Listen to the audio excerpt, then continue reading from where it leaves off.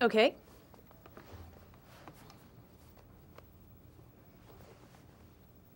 Is it down, Victoria? Is it down? Okay. Okay, gosh, well now I know the shirt isn't the one to wear. I'll hold it.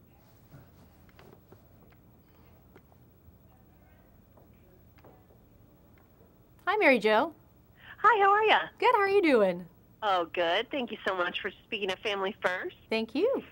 I know a lot of people are getting ready to hit the road or travel, hit the skies or whatever as families. Can you give us some tips for the people who read and enjoy Family First about traveling as a family and what challenges or things that people should know now that they're getting in the car, and a lot of people are certainly getting on an airplane for the one and only time they fly this year. Can you give us some tips about traveling as a family unit or just traveling in general? Sure. I mean, actually, I have some really good news for you if you're a family traveling through the airport. TSA has just eased the rule that children need to remove their shoes going through security. Now, children 12 and under don't have to remove their shoes. So that's going to make things easier for parents. They don't have to take all the shoes off their kids or fumble with shoestrings. Also, it helps people behind you because they're moving faster. So they're making it a little easier now for families. So security is going to be much easier. Well, that's great news. Yeah, very, very good news. Absolutely, yeah. Trying to wrestle those shoes off those guys while you're getting through all those other things, too. That's a pain. Well, that's good to know. Is there anything, I know I live in Colorado in the Denver area, and so there's a lot of people that come here for skiing, and of course a lot of people go to Hawaii. Do you have any sort of other interesting destinations that you would recommend that families consider? And maybe not for this year since it's getting a little late, but... Well, definitely, one of my favorite destinations for families is the city of New Orleans. This is not only a great city in the United States, it's a great city of the world. And it's a great place because it has a very unique culture. It's got a wonderful aquarium. It has this, the new bug insectarium. It's fantastic. It's this sort of interactive bug museum. Kids love it, and they have a bug appetit program where you can actually eat bugs. They have chocolate chirp cookies and six-legged salsa, and kids love that kind of stuff. So you've got this great city that also happens to be a cruise port. Carnival, Norwegian, Royal Caribbean just came back last month after being away since Katrina. All depart from there, and the fares, well, the deals that are coming out of Port Orleans are extremely advantageous for a family of four to go on a great vacation. So you can see this wonderful city and then go on a Caribbean cruise. Oh, that's a great idea. And that's so funny about the bugs. I mean, what great stories to tell their friends when they get back from Christmas vacation. I ate grubs. What kid doesn't want to say that? Yeah, exactly. Oh, my gosh, yeah. Have you ever eaten anything crazy like that? Oh, all the time, yeah, with my job. I went to the bug insectarium and ate red beans and yikes.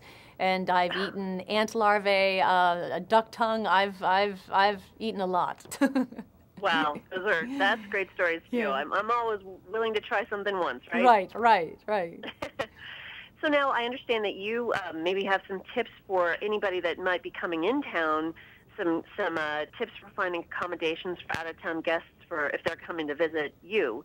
Can you give us some of those? Well, really, with accommodations, you have nothing to worry about. It's really with the airlines that people are so nervous about getting a seat because the airlines, of course, can control their demand. Hotels, they have a lot of hotel rooms and they want them booked. So that's not so much a problem. It's really finding the deals and finding the airfare. And one travel tool that I really like is Twitter, which is that social networking site. I think if you get a Twitter account, you can really have a leg up on those deals and cheap fares that you can have sent directly to you. And these deals come and go very quickly, Mary Jo, so your ability to act on them is what becomes really important because then they're gone, but they do exist. Another great tip is to look at your credit card. I know talking to people, a lot of people, of course, they don't feel like they can afford it. They need a little help. They're looking towards frequent flyer memberships to give them perks, and they're not there because you have to fly as much as I do to actually accrue any sort of balance that you can draw down upon. But your credit card, if it's travel friendly,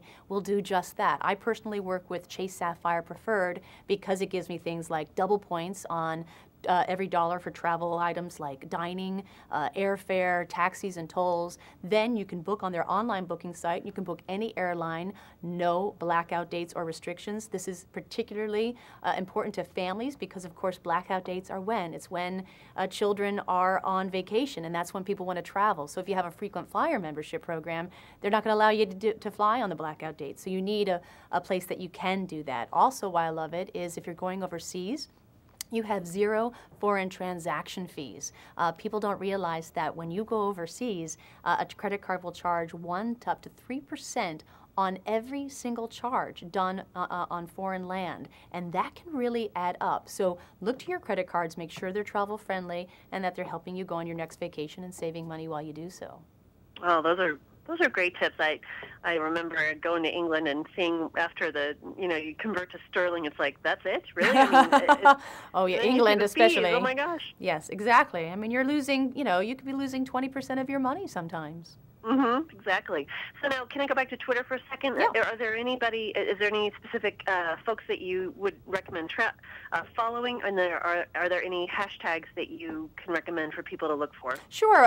Farecompare.com. That's a great website, and you plug in your airline so that when they Twitter you certain feeds, it's just your airline. So a lot of these, emails that you get, they're just sort of everywhere around the world, but you're getting specific airfare from your airline. Also, another great website is airfarewatchdog.com. This is where you plug in your website, and then every week you're sent a list of all the cheapest fares departing from your airport. And what this allows you to do is, instead of searching in vain for that perfect, $350 flight to, say, Jamaica, you can see all the places you can go. And I know, especially with moms, they're the ones who are planning all the vacations. So they're spending an enormous amount of time online searching in vain for fares when all they have to do is go to airfarewatchdog.com, and all these fares are listed for you. So it's almost like they do the work for you. Oh, wow, that's a great feature. Yeah. So last question, you had kind of mentioned some overseas travel.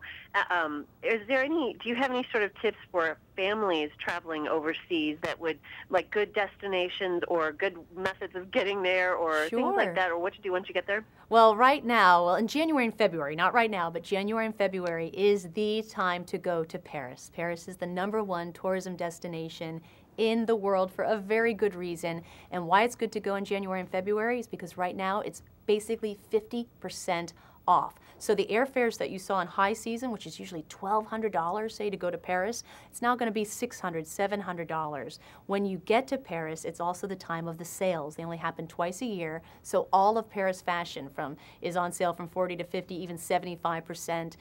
Because it's not a busy time, there are no lines to the Louvre. The cafe au lait still taste fantastic. So it's a perfect and the least expensive time to see the best city in the world. Great, and this is the time to book for January, February, right? You can absolutely now, and also I think, about now and next week you want to start looking at those fares. But they're just going to get better until March, and then they get worse. Okay, so book now. It's not a spring break trip. You got to go in January, February. Absolutely. Excellent, great. Well, Samantha, thank you so much for speaking to me and for talking to Family First. And I know that the listeners are going to really enjoy these tips. These are great tips. Great. Thank you so much. Thanks a lot, Mary Jo. Take care. You too. Bye-bye.